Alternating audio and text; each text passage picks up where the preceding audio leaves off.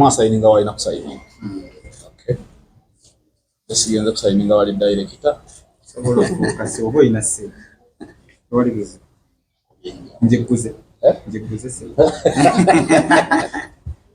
Sofira. Kujimuguze. Jamuwe. Zigo brand ambassador. Nze mfuke brand ambassador. Njitembe.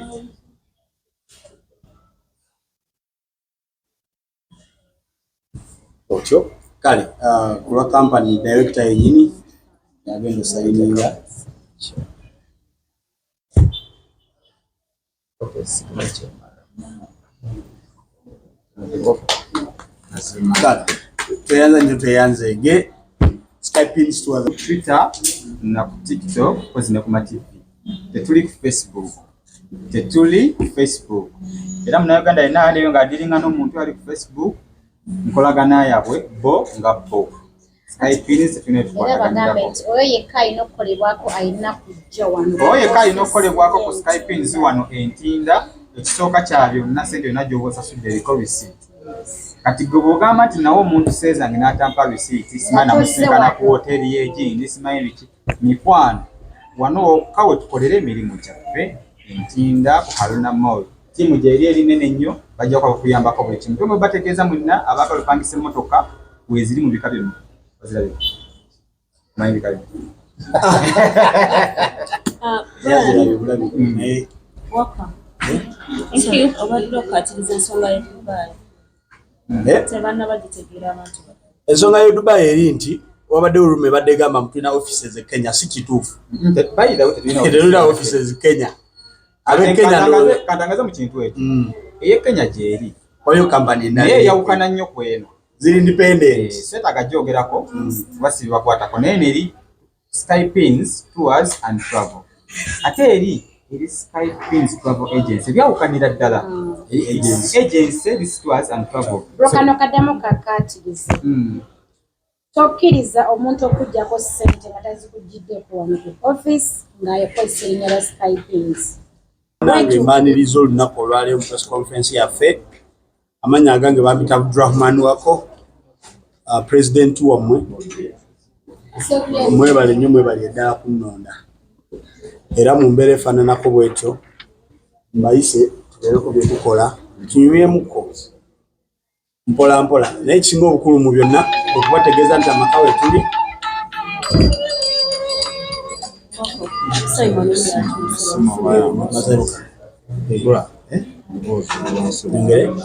kale njaga bategeeza nti no bannange tuli wano eno Pinyz Tours and Travel tukkiririza mu Katonda era ngenda funa musiraamu waffe Mbaziira Tonny atuwe saala tutandike ebituleesa olunaku olwaleero sebo tutandike nesaala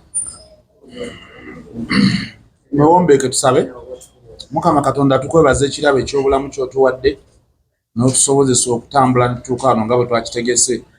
Amagezi tulabika nga balina amangi naye tetulina nnyo. Byonna nteekateeka zo ffe tuteekateeka okutuukiriza kuba kukwo. Tukusaba otuwe obudde obulungi nga tuli wano tukozese bye tulina okukola ebituufu ne kampuni yaffe ya Pinyz Tours and Travel oyongere ogiwa omukisa na buli ali wano buli kyakwatako omukono kiraba omukisa. Tubikusaba nga tuyita mu buli omu ali wano gwakkiririzaamu. Yesu Kristo amina. Kale ndi wano ng'omwogezi wa kampani ya Pinyz Tours and Travel mu nteekateeka y'okulaba nga launching oba okubalaga brand ambassador waffe nti buli wabeera wabweru awo aba representing kampani yaffe ya Pinyz Tours and Travel. Pinyz kyeki ye kampani eyagonza mu byentambula naddala ebyennyonyi oba oyagala kufuna mulimu mu nsi z'ebweru tulina emirimu egy'enjawulo caregivers tulina emirimu gya supermarket tulina ba truck drivers n'emirala mingi nnyo. So basically bwe oyagala okukola naddala mu nsi ez'e Canada okugu tusinga buba nabo mu Canada, America, USA, Netherlands ezisinga okubeera mukono obukugu. Ab'e Dubai tubatwala kuwummula, Saudi Arabia bwe bityo kuwummula, Dar es Salaam naye ng'okukola Munnayuganda abeere mukono akasente. Pinyz Tours and Travel tusiŋŋaanibwa wano ku Haruna Mall level 3 offices zaffe we ziri. Mukadde kano ngenda kubategeeza nti no tuli wano bangi Judi mubadde mumulaba all the time na pushinga brand naffe ffenna abali eno badde tupusinga brand okulaba ngaefuka kikyeri. Ngenda kukkiriza buli omu atubuuzeeko ayoko kyatunyonyola ku brand nga nva ku mukono gwange guli tudde no bwe tuti naye mu mbeera efaananako bwetyo. Mbaziira ye ngenda mubikka tajja kwogera kati, ajja kwogera later kwaye yensonga lwaki tuli wano okulaba nga ateeka omukono ku ndagaano gye twakkiriziganyizaako eri kind of confidential okulaba nga representing a brand. Kale atandikire wali balamusiza basebo ne bannyabo nesimye okubalabako bakyava olwaleero. Erinnya nze Angel Namboozi nga mpudde ku big guest final Pinyz Tour and Travel y'omu ku bapatina baffe tukola nabo. Tukolagana ne brand zetumanyi ezeesigika ng'Obwakabaka gye tukolagana n'abantu bafere era bw'olaba nga tulina omuntu brand ebeera muba mulina okugyesiga. Pinyz Tours and Travel etwala abantu mu nsi eza Europe, Canada, USA, England, yonna abo boyagala naddala abaagala okukola abakoye embeera ng'ogamba nze Uganda njagala kuvaamuko ntambulemuko ngende nnoonye ku ssente mwesige Pinyz Tours and Travel.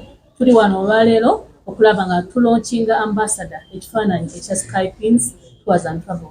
So mukalire mubeere ntende era mwenna Abannayuganda abali eyo mwesige Pinyz Tours and Travel. Abasinga babafeze bababbyeko ssente zammwe ne batabatwala, abamu ne bababuusa ennyonyi ne batuuse Nairobi ne babazza, naye eno kampani gy'olina okwesiga mugyesigire ddala. Kale ogumiza bulungi ensonga toyanza nnyo omukungu okuva Mengo. Munzikirize omukyalo ono ali so smart dressed in brown abamu gwe bayita maroon atubuuzeeko. Okay. Mpanirizaako basebo ne bannyabo. Amanya gange nze Juliet Kawesi Namulema ebankola ne Collective. Kolera program gye bayita Kasalabecha ebera from Monday pakona Olwokuna Saturday ekyo. Ndi musanyufu nnyo okuba nti neegatta ku famire eno. Nze kulwange njiyita nti family Pinyz Tours and Travel. Era abantu abasinga mundaba bwe ntandika okwogera ku Pinyz kuba kyenjogera nkyekakasa. Ye kampuni eyavaayo ng'eyimiridde ku musingi ogw'amazima n'obwenkanya naddala ku Bannayuganda ababadde basinga okubbibwa ssente zaabwe nga bagenda e Canada. Ntuukiriddwa abantu bangi nnyo nga baŋŋamba nti Jude ng'obye ku bintu by'e Canada myaka 5, myaka 10, myaka 7 naye nga ssente zange zitwalibwa naye nga sifuna kyenjagala. Basebo ne bannyabo batulaba yonna gy'osinziira ndi mwetegefu okugamba oba ndi musanyufu okugamba nti Pinyz Tours and Travel ogenda okuteeka ssente zo ofune ekirooto kyo. Ani atayagala kukolerako mu nsi z'e Canada? Ani atayagala kugenda ku Canada? Kitegeeza Pinyz Tours and Travel yazze kuyamba muntu wa wansi ate erinawo n'ekibanja akola oba ne ssente esobola okutwala ku looni n'esasula neyansanyo. Kale toyanza nnyo toyanzege Judy. Njagala tu bigging up muganda waffe Maseuka emmere Saibuku tulina muganda waffe Bruno Betty Saibu katono nnyo soko gye nfa kujjamu ne Bruno Betty lumu kubanga muli baffe nnyo ate naye nga kiri kitya bagamba dde omunene akolagana n'abantu byangu wano oleeta akasenteko ogende weegatte ku bakakala kiwe waliwo ogenda kutambula genda ku looni kyola ekibanga mu Uganda olina akwesiga n'agamba nti nze jangu nkutwale guleeta kyosobola oba mu passport yokankutwale tubeere tukirina yongera engalo za Pinyz nabo sebo tuyanza nnyo tulyanza tutwala ku looni tambula ensi ezeemanyenga maaso awo nga special we mwebaze yeebale kuwagira bitone wabuli owagire bitone oba otulagafeka abali wano basinga tenga entertainment kitegeeza buli wagikugiriramu omusimbi bw'ati naffe abakoze eki atuwagidde tweyanziza nnyo tweyanzege mukama wange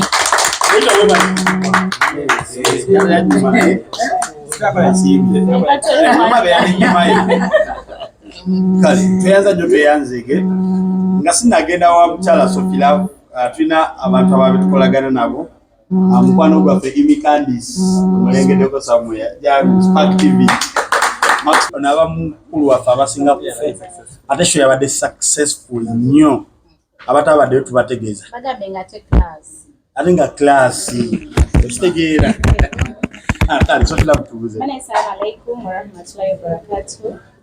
Bagalize ekisibo ekirungi mwenna abatulaba. Bannamawulire bannange, thank you so much for coming. Ate mwebale kukkiriza mu Pinyz Tours and Travel.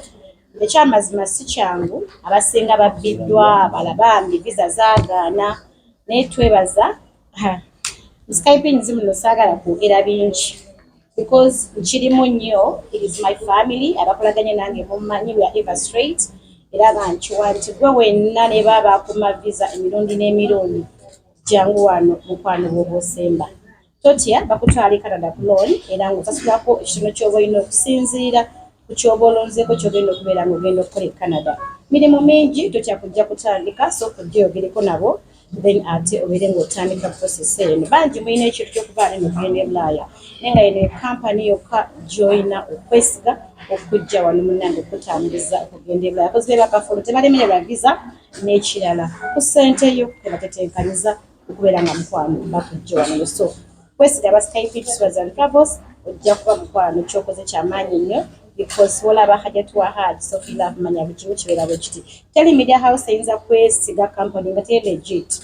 So nkusaba ekintu kimu kyokka nga bw'otulaba bano other media houses abali wano eno kye bakola nkiwa bamanyi nti kituufu Pinyz Tours and Travels kyekola. So jangu otwesige ye company yokka eriko, tokkiriza kuferebwa, tokkiriza kubbibwa, tokkiriza kulimbalimba kukwatagana visa. Mubbiddwa bangi nejangu okumewa neno n'aba Pinyz Tours and Travels. Otherwise, give it a try. Tojja kwejusa mukwano. Nze Sakila, the expert Nchala Haji, nkola ne Esanyu TV, nkola programu eyitibwa Ensi y'Omukwano, awamu ne weetegerwa gwe.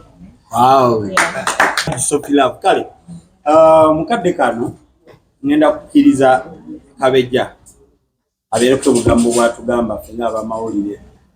Mukama nsaba kunsonyiwa kuba nze ntera okubyogera. Ne leero nsaba nkutuma obyeyogerere Pinyz Tours and Travel. Then later tujafuna na nsonga ki lwaki tuli wano. Then why Mbaziira ton of all people. Then later tujafuna obugambo obulungi okuwa Mbaziira. Kama kwebazibwe abatulaba ekitibwa Sime Christian, erinnya lyange l'Ekisiraamu kulu yampadde Sula, Sheikh Sula Don Chris. naye abasinga bampita Don Chris ye bantuuma abantu. Nsinzire ku Pinyz, nze director.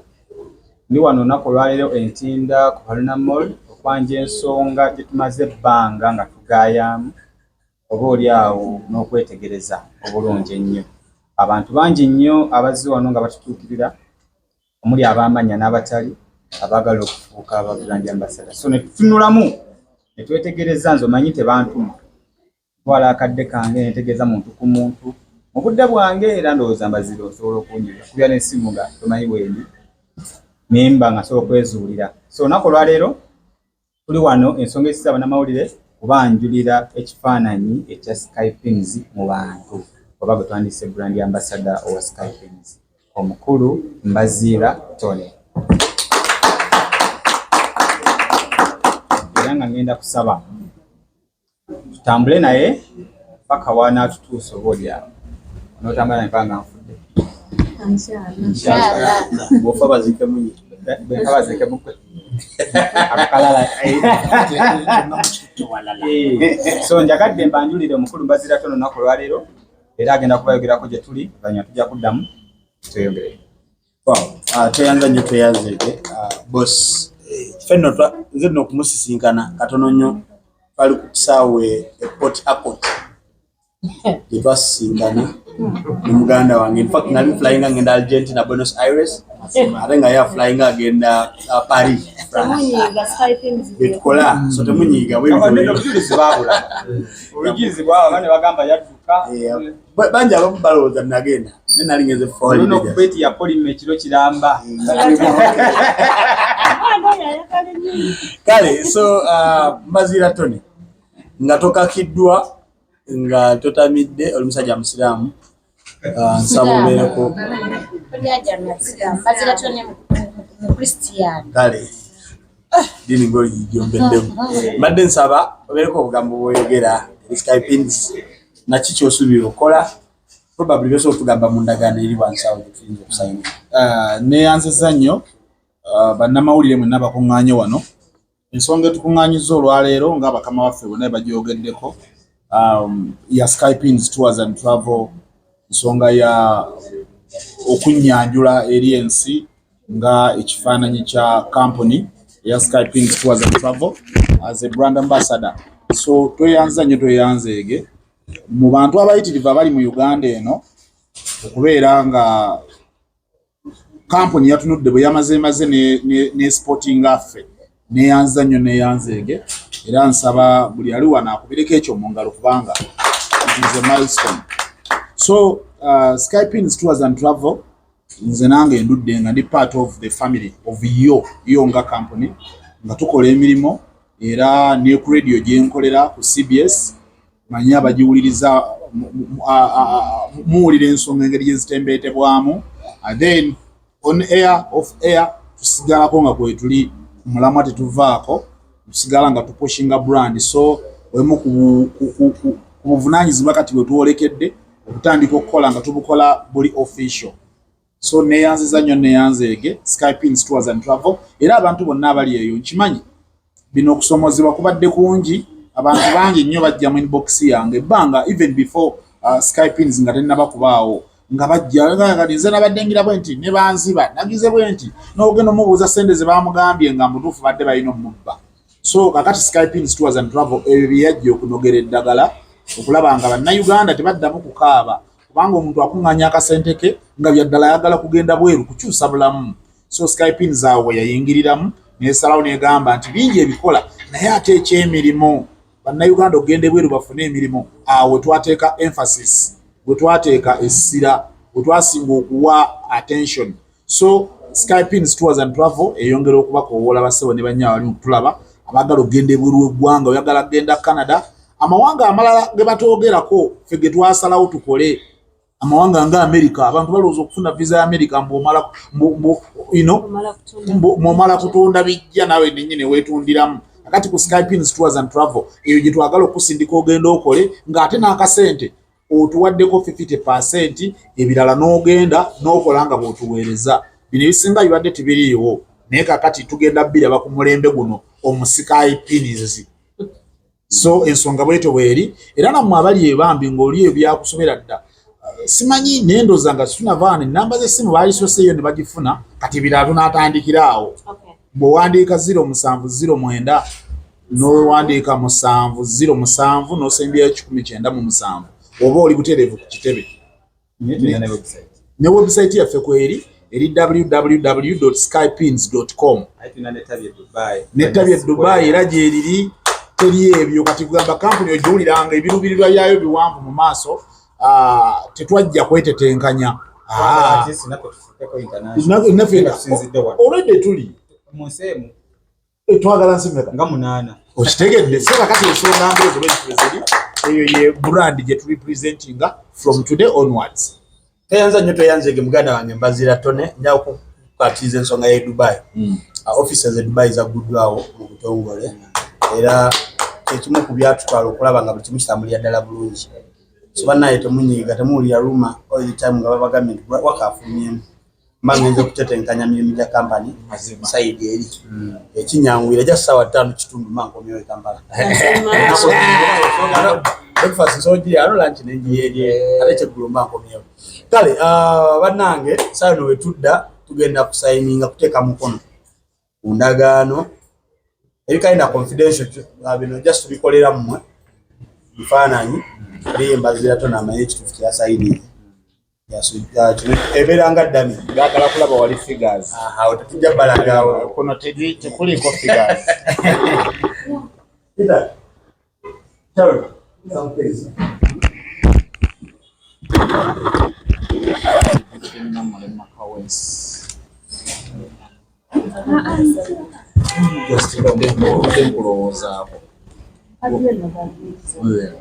Exactly, Brad. Now he has it.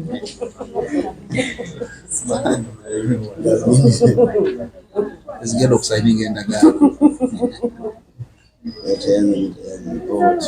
Kale kadde kakuteeka bino Mbaziira yabisomye mudda just tukola kumanya nti nasayini naye yabisomye mudda ekimu kiri down kale. So buli omu asayininga walina kusayininga. Okay. Esigenza kusayininga wali director. Sobola okufuuka si oba olina ssente. Oligeze. Njikuze. Njikuze se. Sofira. Kujimuguze. Jamuwe. Zigo brand ambassador. Nze mfuuke brand ambassador. Njitembe.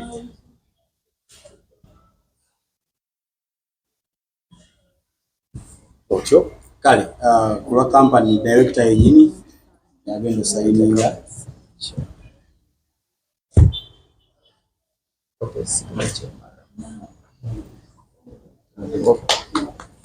kale teyanzege Skypins to Twitter na ku TikTok kozi ne ku TV. Tetuli ku Facebook. Tetuli ku Facebook. Era Munnayuganda yenna aliyo nga adiringa n'omuntu ali ku Facebook. Nkolagana yabwe bo nga bo. Skypins tune tukwatagana. Oyo yekka ayina okukolebwako ayina kujja wano. Oyo yekka ayina okukolebwako ku Skypins wano Entinda. Ekisooka kya byonna ssente yonna gy'oba osasudde eriko receipt. Kati gwe bw'ogamba nti nawo omuntu seezange n'atampa receipt simanyi namusisinkana ku woteeri y'egindi simanyi biki mikwano wano wokka we tukolera emirimu gyaffe Entinda ku Haruna Mall. Tiimu gy'eri erinene ennyo bajja kuyambako buli kimu. Tumwe bategeeza mwenna abaagala opangisa emmotoka weeziri mu bika bino. Ozirabye? Manyi bika bino. Welcome. Thank you. Obadde okukatiriza ensonga y'e Dubai. Tebanna bagitegeera abantu. Ensonga y'e Dubai eri nti wabadde olume badde gamba tulina offices e Kenya si kituufu. Tetulina offices Kenya. Abe Kenya ndo katangaza mu kintu ekyo. Eye Kenya gyeri. Oyo company naye yawukana nnyo ku eno. Ziri independent. Seetaaga gyogerako basi bakwatako naye neri Skypins Tours and Travel. Ate eri Skypins Travel Agency byawukanira ddala. Agency this Tours and Travel. Rokano kaddamu kakatiriza. Tokkiriza omuntu okujjako ssente nga tazikugiddeko wano ku office ng'akozesa erinnya lya Skypins. Wetuukirire ojje wano. Kambanjulire eno enkola tulinawo enkola eri digital. Ojja n'osasula ssente ku office. Wano wennyini Entinda. One, osooka no receiving a message ya payment. Oluvannyuma n'ofuna ne receipt. Yes, tegeeza ssente yonna gy'osasudde mu Skypins ofuna receipt. So tukola business yonna ebbali w'ekkubo tetukolera ku street, tetukolera mu hotel. Skypins wokka woteekeddwa okujja Entinda ku Haruna Mall. Tetulina ttabi bonna mu Uganda, eddala tulina Dubai. Abantu baffe abali Dubai basanga wa Skype. Kakati abamanyi ku Banya Square, Landmark Hotel, level ya kuna. Duka liri R033 office. Balina otusanga. Kale, akanyikidde bulungi. So, mbadde nsaba.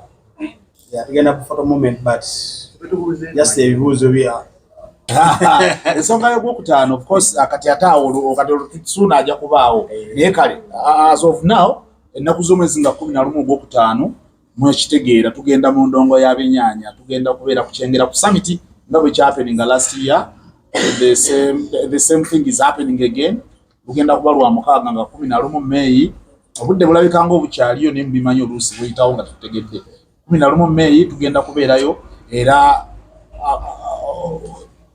Skypins Tours and Travel yali waggulu ku ntikko mu ba sponsors oyo ye already waali ne ba sponsors abalala we bali mu kujja tukyali mu njogerezeganya neyo Skypins Tours and Travel waali by default. Kale tuyanze Simbu ate musajja wa mazima bufunzi si waluseke akola ekintu ky'okuva ku mutima ky'okola banasazewo ne mwesiga kole naye agani endagano ya bulamu wanafa abaana be tuliyana ali musikira era tuliddamu tuza kubaja kubafu ali basise ali tula mu kifooki tutwala mu endagano efaanange mugambe mu bulamu bukyali wali balisuubidde nti nno legacy yabadde akulira babadde okufuna omuntu wafaanireyo omwana we n'atamuze ekyo ate ekitundu kiraba mu maaso emikira kizzeewo obwetaavu buli baawo naye wali kituyita obwesigwa omuntu kuba nga alina obwesigwa kambawo y'akaboozi olumu namuwaako ssente nga nkimanyi nti ziyiseewo nimba naye kati bw'oba wakikola kimanyi oba onkozeewo naye bantuuka ewaka nankubya nga akasente nno kayise ekisaikwa namawulire baki so awo nensinziira awo kunyiigidde nnyo osobola kunyiigira mazima galuma naye nga alini ono tugenda funayo ebibuzo ebirala bibiri nga tutembeeta ensonga eno muganda wange ebweru w'eggwanga ne wano namwe abava ebweru nga mujja wano era entambula weziri ne wansaawe weziri bw'otunuzaako kamera weziri tubanona ku kisaawe tubatambuza wano waliwo hotels waliwo ebifo ebisanyukirwamu ebbali w'ekibuga ezijinjawa so tubalambuze ezo service tuzirina ng'oggyeko ebya visa na biki okulambuliza ddala twakubuguka okukolera ddala omulimu gwange mukukozesa okugerya kampani mpugwa visa application passport application wildlife safari ne kahaya ebitali awo jjajja sinatugeza tusobola okukuwa obukugu tubuweeraweerere nebyali bifaananako bwe naye bino bye tusinga okusimbako essira nafunayo ekibuuzo ekya kimu okuva omunnamawulire ow'ensa oba pulezidenti waabwe ali oba ow'ensa biba biweddeyo tali toyanza nnyo toyanzeke